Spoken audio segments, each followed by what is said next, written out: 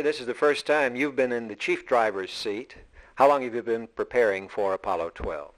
Well, I guess you could say, Rhett, that I've been preparing for Apollo 12 since I started to college.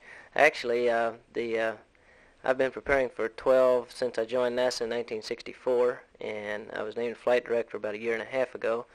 And I really got down to the detailed preparation here about 3 or 4 months ago when I was named as the prime flight director. In other words, about 4 months of actual specific preparation for this mission, is that right? That's approximately right. Gerry, you have a little gray there. Looks premature for a 34-year-old engineer. Has the job been that tough? Well, yes, and I started getting gray hair when I was about 17 years old, so I don't know whether I had it that rough early or what, but it has added a few gray hairs here and there, I'm sure. It's an interesting business we're in, you know. I bet you wouldn't trade it for anything else. Yeah, that's right, I wouldn't. Where are you from, Gerry Griffin? I'm from Fort Worth, Texas. I actually was born in a small town in East Texas, but I call Fort Worth home. We moved there very early in my life, and so I call Fort Worth, Texas home. Well, that's just a few kilometers up the road from the Manned Spacecraft Center. That's right. It's about on the order of 300 miles. My dad still lives there. I get up there occasionally. It's also where Al Bean's from, incidentally. You and Al Bean are both from Fort Worth, right? Did you go to the same school, or are you about the same age? Yeah, we're about the same age. We didn't go to the same school, and I didn't have the privilege of knowing Al before I got into the space program. I met Al the first time back in Gemini, and when he was a backup crewman on one of the Gemini flights. I don't recall which one right now, but we were about a year apart, I think, in high school. Now, a lot of you have similar backgrounds and similar interests. Were you an aeronautical engineering college? Is that what you studied? Yes, I studied aeronautical engineering, and then I did go into the Air Force. I was an ROTC commissioned officer. And I went into the Air Force and flew for 4 years, and then when I got out in 1960, I joined industry for about 4 years, and had always wanted to get into the manned spaceflight program, so finally in 1964 I did that.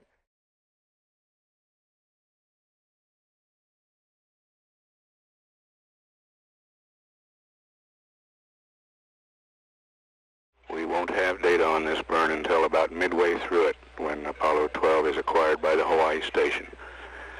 We're 30 seconds from ignition.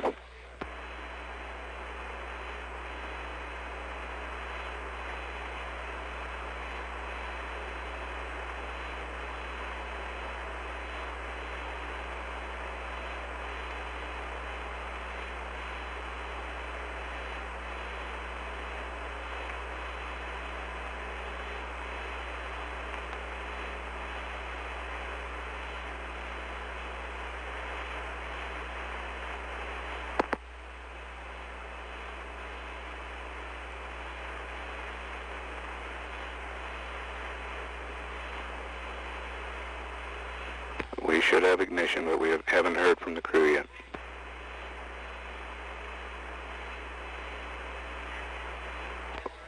Voice communication through the Orion not too good.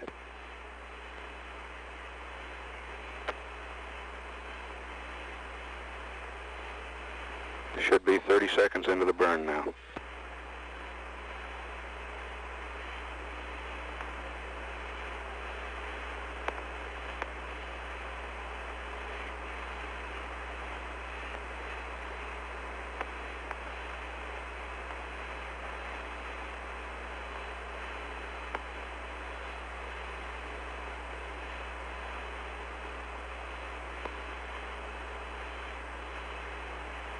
Plus 1 minute.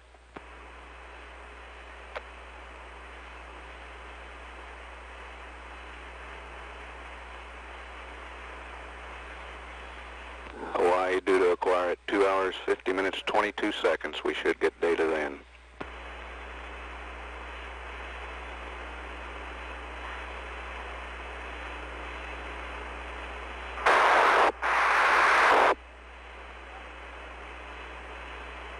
Plus 130.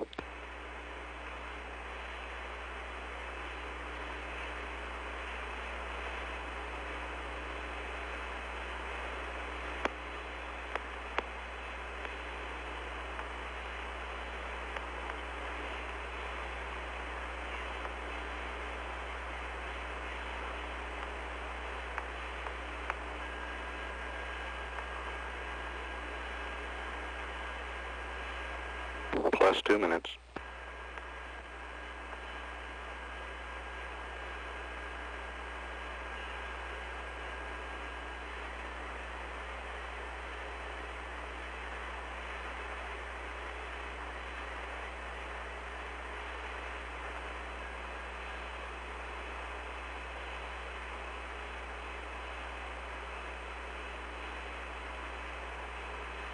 Coming up on 2 hours, 50 minutes elapsed time. We should be acquiring Hawaii in approximately 25 seconds. We have AOS from Hawaii now. Just a first signal, no data yet.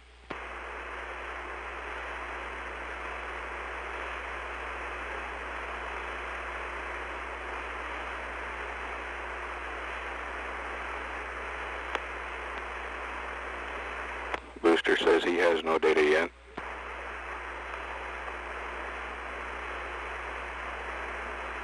Apollo 12, Houston through Hawaii. How do you read? On the pipe.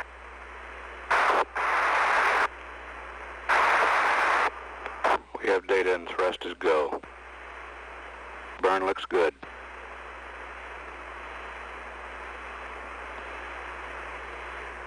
Apollo 12, Houston in the blind. Your trajectory and the S4 both look good. Roger, they look good here. Roger, we're reading you weak but clear now, Pete. Okay, everything's sticky-boo. Good show. Flight dynamics says we're right on. Telemetry data shows velocity 31,195 feet per second, climbing rapidly. Altitude now 130 nautical miles.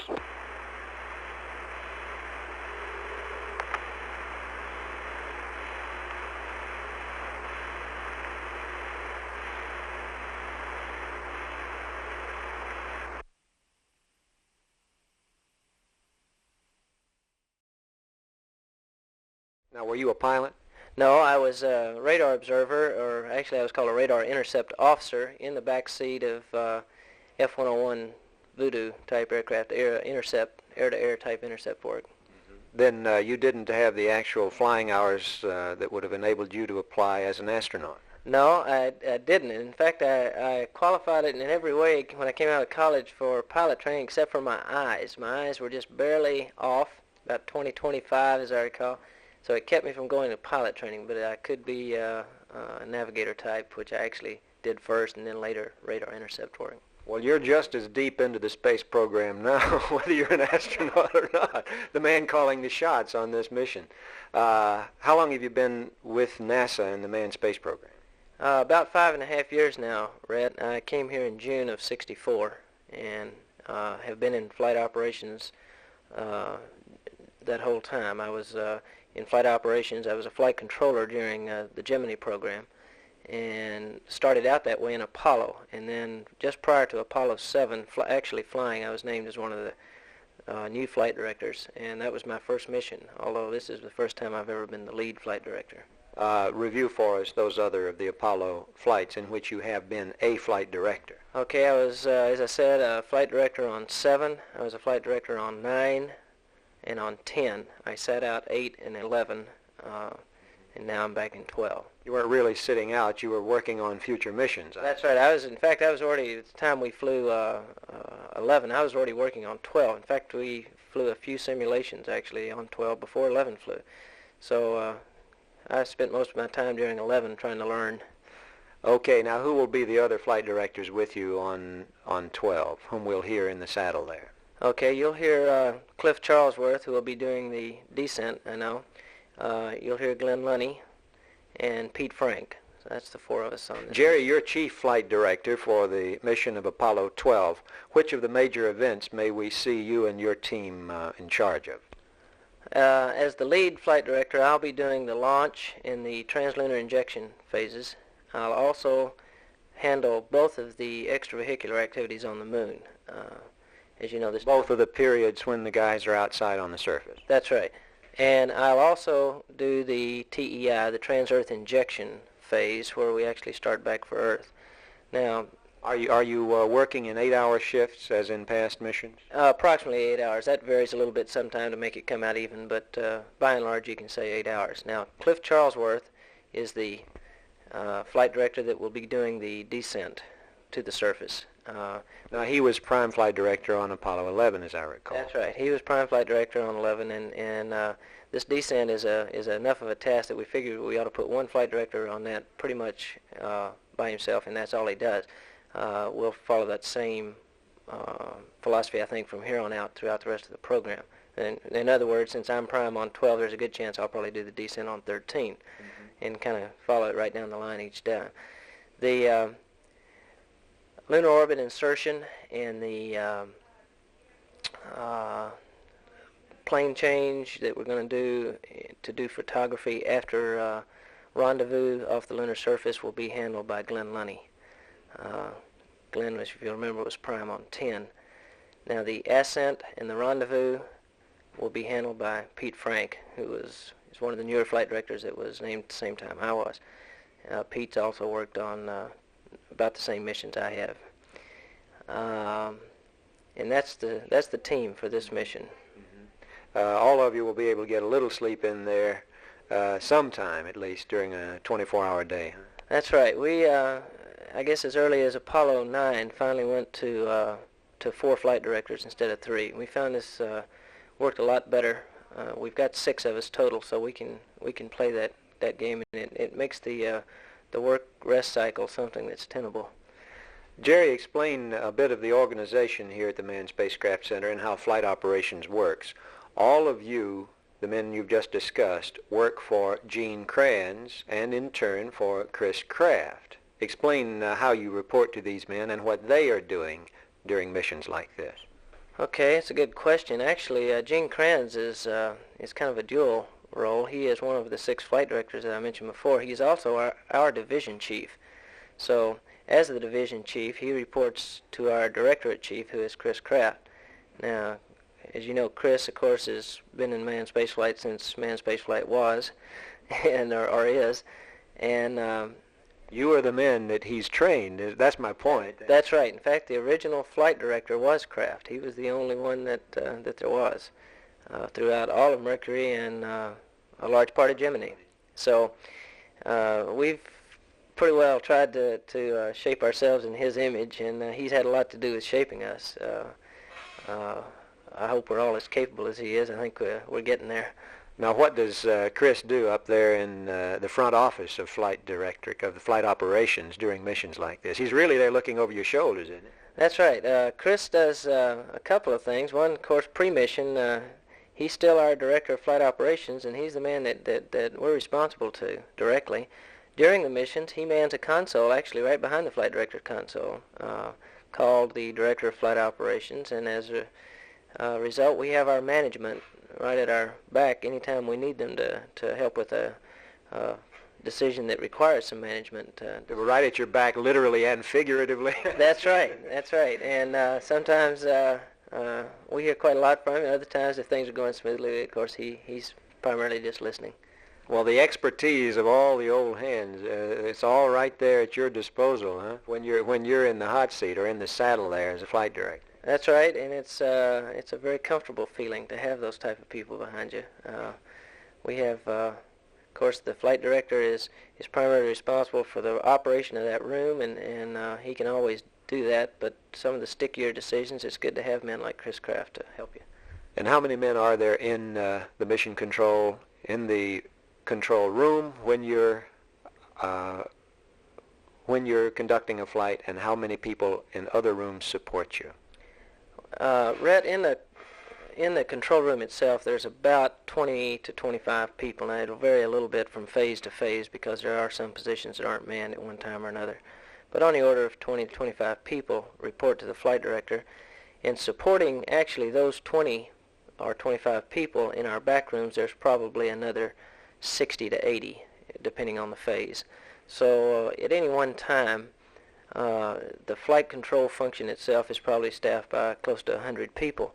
Now, also in the control center, as you know, we have the computers that are run downstairs. We have the other support areas, display, and that sort of thing. So there's probably, I think I've heard the number on the order of 300 people at one time in the control center, keeping the whole building operating. Gerry, this mission will be going to the moon, Gerry, this mission is going to the moon and back with a different sort of trajectory, which in a way seems to imply much greater danger for the astronauts, this word hybrid trajectory. In other words, they won't necessarily be assured of a free return back to the vicinity of the Earth. Is this more dangerous? Not really, Rhett. The difference is, now we actually inject on a trajectory that is free return. Inject, meaning go toward the moon. That's right. We start toward the moon on a free return trajectory. But at the time of mid-course correction number 2, which is 31 hours after liftoff, we will make a correction, and at that time we will no longer be on a free return. That is to say that we now will not come back to Earth if we loop around the moon. Without further rocket maneuvers. Without further rocket maneuvers. Now this is, it sounds a little worse than it really is. We're actually committing at that time to the same set of conditions that we generally don't commit to until we do lunar orbit insertion, that is going orbit around the moon. What we've done by doing this non-free return trajectory is we've actually committed ourselves to needing an engine to work later on, just a little bit earlier. Now, some people would ask immediately then, why do you fly a non-free return trajectory? Well, the non-free return trajectory allows us always to launch in the daylight. It allows us to recover to mid-Pacific. It allows us to have the same timeline in lunar orbit, and it also allows us to have the same lighting at the landing site, no matter, and we get all of these conditions I just mentioned, no matter what day of the launch window that we launch on. Because what we do is we actually, by going to a non-free return trajectory, we can vary the trip time out to the moon to let us arrive there at essentially the same time that we would have arrived on the non-free return trajectory. Flexibility, then, is the word. Huh? Flexibility, that's right. And you really shouldn't think of it as being any more dangerous than doing lunar orbit insertion. You still have several engines which you can use? That's right. We maintain the capability to come out of that trajectory with either the service propulsion system on the command and service module or the descent propulsion system on the LEM. Let's go through these considerations for which you need this flexibility, such as launch time, splash and recovery time and location, and touchdown lighting on the moon. Why are these complicated and in need of this flexibility? Well, primarily, Red, it's a problem of training. For one thing, if we can, and I'm speaking now primarily out around the moon, if we can always have the same lunar orbit timeline, that is to say that from the time we inject into lunar orbit until we land, it's approximately the same length of time, we can train crews right now. We know what the timeline is going to be for missions on downstream. These guys can start right now training for what they're going to do once they get into lunar orbit. Of course, we want the lighting to be, we size that lighting for a reason, that is the elevation above the surface. We size that for a certain reason, that is so that they can recognize features. We don't want the sun too high, and we don't want the sun too low because it washes out into shadows. So we want a fairly consistent lighting pattern. As far as launching, we like to launch in the daylight, and there's no really anything magic about that. We could launch at night. There's nothing that keeps us from it, other than the fact that in the event that we did have a launch abort type of situation, we would like to have lighting around the launch pad area and shortly downrange. Out in the sea just off Cape Kennedy. That's right. And of course the likelihood of that's small, but we still like to cover it with a lighted condition if we can. And then the landing area, of course. Okay, we can adjust our trip time, of course, on any trajectory to somewhat get us back to that condition, but it leaves our timeline about the way we like it. Oh, I failed to mention one other thing, too. It always gives us a Pacific injection towards the translunar leg, towards the moon. Why do you always want to head toward the moon from a point down over the Pacific? It's a much easier timeline situation to go at the second opportunity over the Pacific. In other words, it's around 3 hours or so after launch. And if we wanted to use that first opportunity at the Atlantic, we'd have to be only about an hour and a half after launch. So it's a very rushed timeline. It can be done, but we'd much rather have the little more relaxed 3-hour timeline out over the Pacific.